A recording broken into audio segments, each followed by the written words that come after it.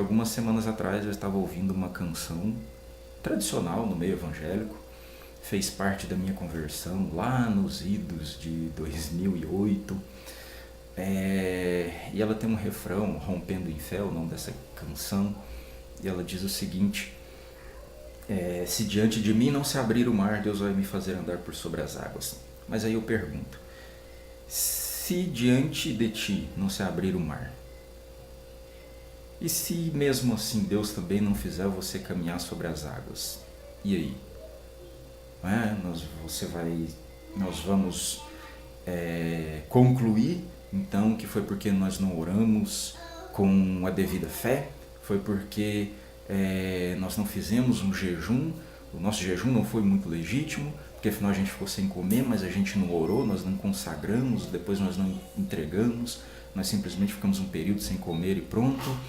Nós não oramos o bastante, ou nós não estamos ainda preparados para receber aquela bênção, né? Porque é muito disso que se diz: irmão, você está orando, mas você ainda não recebeu a bênção, você, né, cego não foi curado porque você não tem fé, ou porque quem orou por você não teve fé, ou porque quem orou por você não orou alto o bastante, não era o momento, né? Sempre diz isso, né? Chega lá um manezão, e Deus vai te curar, e ora, e Deus não cura. Aí o cara joga a responsabilidade na pessoa, falando: tem que ter fé, irmão, ou continua orando que Deus vai fazer. Mas e se Deus não fizer? Se o mar não se abrir? Se você não caminhar sobre as águas? Você vai fazer o quê? Ficar parado, estupefato, vai dar as costas para Deus, porque afinal de contas você orou, você chegou até na margem, você chegou até na beira do mar, você creu no milagre, mas Deus não operou. Por que eu estou dizendo isso? Porque durante toda a minha vida entre aspas, né? Durante toda a minha experiência com o Evangelho, no começo eu acreditava em tudo isso que eu acabei de citar, sofri muito por conta disso, mas todas as vezes que eu orava e todas as respostas que Deus trouxe,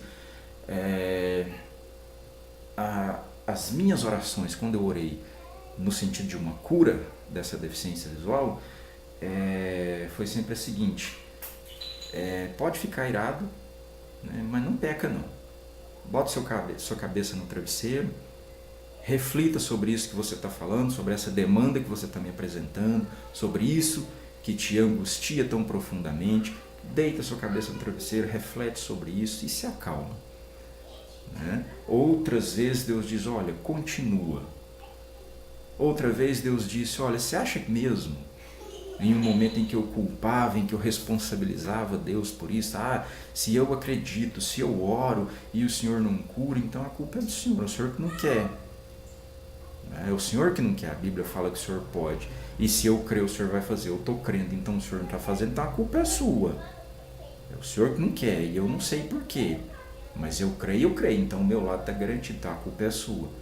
Né? Deus sempre diz: anda, segue em frente, continua refletindo, continua estudando, continua orando, continua se dedicando ao conhecimento, né, a respeito da palavra de Deus, de como Jesus fez isso, a quem Jesus curou, como curou, quando curou ou não, mas continua, não pare. Ou seja, se Deus não abrir o mar, e se Ele não me fizer caminhar sobre as águas, ou seja, se Ele não resolver aquele problema que se avultua diante de mim, aquele problema tão gigantesco, né, afinal de contas, abrir o mar, o mar é um negócio muito extenso, uma coisa muito grande.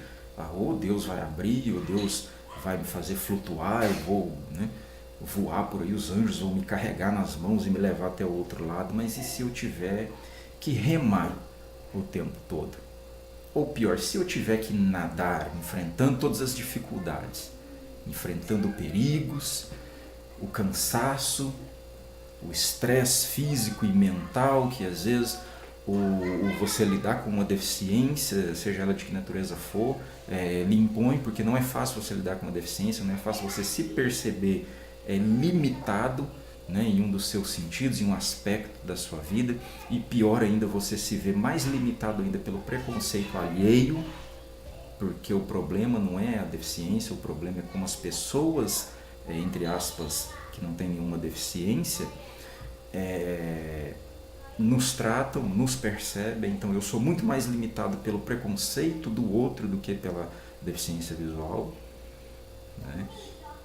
E isso me impõe um estresse, uma demanda emocional, né? E mental, intelectual terrível, às vezes extrema. É difícil ser deficiente na sociedade, ser uma pessoa com deficiência, porque a pessoa vem primeiro, então é difícil ser uma pessoa com deficiência na sociedade brasileira, e às vezes especialmente no contexto religioso, que não consegue entender, que muitas vezes vê isso, coitadinha, não creu, ora, Deus vai abençoar a sua vida, faz um jejum, faz isso, faz aquilo, continua orando que Deus vai te abençoar. Meu irmão, Deus já tem me abençoado, com muito entendimento a respeito disso, tanto que eu não dependo mais disso, eu não demando mais de Deus, eu não perco mais tempo com Deus orando por isso, né? Porque eu entendi que, assim como Deus disse para Paulo, falou, olha, eu não vou fazer nada sobre esse espinho na sua carne, então a minha graça te basta, então segue a vida, porque foi o que Deus disse para Paulo, falou, eu não vou fazer nada sobre isso, não vou nem te dar satisfação, falou, a minha graça te basta, porque o meu poder ele se aperfeiçoa naquilo que você entende que é a sua limitação. Então segue a vida, porque eu não vou resolver isso aí do jeito que você acha que eu vou ter que resolver. Segue a vida, porque aquilo que eu já fiz, aquilo que eu já demonstrei é suficiente. Então, beleza, vou viver 80 anos, 85, 90, enfim, sei lá, acho que eu não chego a isso, tanto faz. Mas no fim das contas está tudo certo. No fim das contas eu vou ser restaurado, receber um corpo transformado como o corpo de Cristo, e eu vou conseguir ver coisas, cores, matizes, distâncias que eu nunca imaginei que eu poderia ver, que eu nunca imaginei que pudessem existir, porque afinal de contas eu nunca enxerguei direito, eu nunca tive uma vista perfeita, sempre convivi com essa deficiência visual. Então tá tudo certo, tá tudo resolvido. Então, meu irmão, se você tinha alguma dúvida, alguma crise nesse sentido, alguma dúvida de que Deus de fato está cuidando, de que Deus de fato fez tudo aquilo que ele precisava fazer, porque ele fez, então entenda isso. Se diante de mim Deus não abriu o mar, se diante de você Deus não abriu o mar e não te fizer caminhar sobre as águas, nade, reme, vá até o fim, não pare. Não fique à margem do problema, reclamando, resmungando, por que Deus não fez? Ou não fique parado ali, porque esse processo vai te fazer crescer. O processo de remar até a outra margem, ou o processo de ter que nadar até a outra margem, esse processo é pedagógico. E ele te ensina muita coisa e faz de você uma pessoa melhor. Porque nesse processo de enfrentar as dificuldades é que você percebe, nesse processo de passar pelo vale da sombra da morte, é que você ainda percebe que Deus está contigo e Ele está te fortalecendo. E que no fim das contas, mesmo que você não veja esse milagre, mesmo que você não seja curado, mesmo que você não veja o seu problema sendo resolvido nessa nossa vidinha terrena, nesse nosso curto peregrinar por essa terra, na eternidade está tudo certo, vai tudo fazer sentido e não vai mais precisar preocupar com esse negócio todo. Então, meu irmão, sofra menos. Se Deus não abrir o mar, se Deus não te fizer andar sobre as águas, reme, nade, mas siga em frente.